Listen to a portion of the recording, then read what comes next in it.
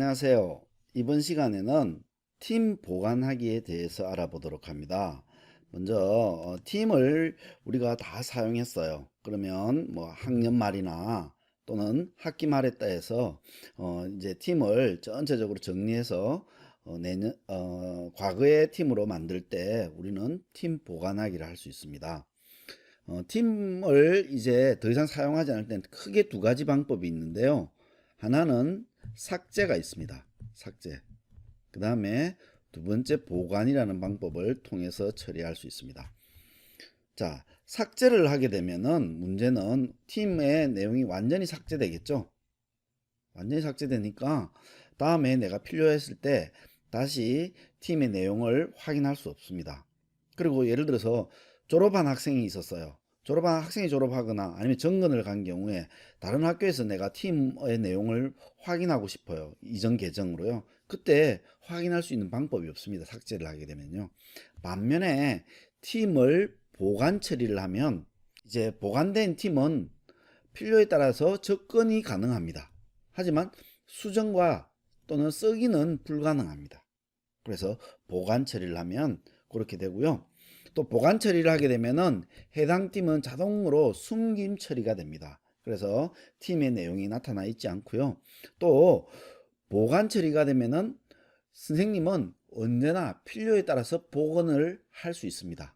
복원을 하게 되면은 이제 팀의 내용에 뭐 채팅 이제 게시글을 올릴 수도 있고요.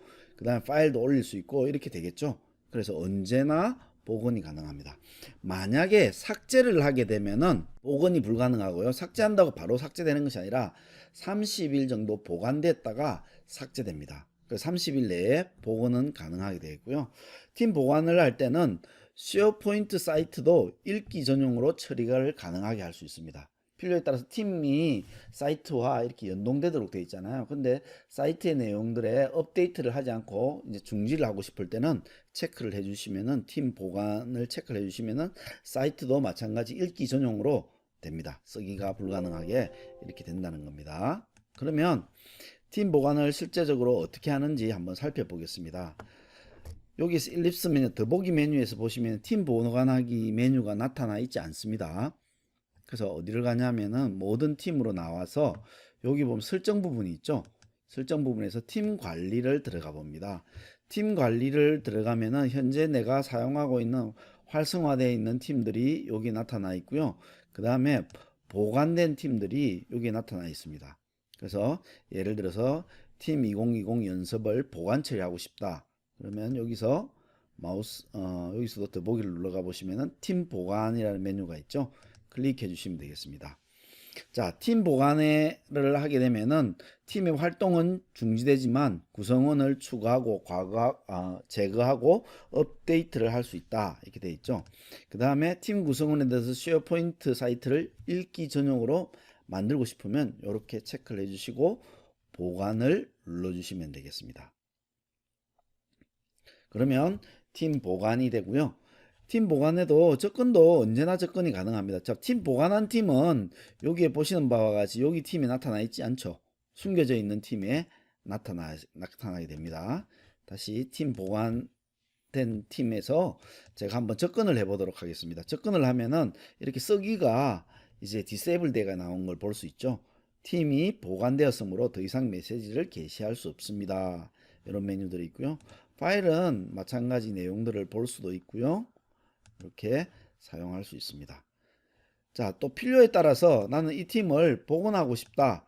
그러면 팀 관리에 들어가서 보관된 팀에서 마찬가지로 여기서 보시면 팀 복원을 누르면 이제 팀이 복원되고 접근을 하면 이렇게 글을 쓸 수가 있게 되겠습니다.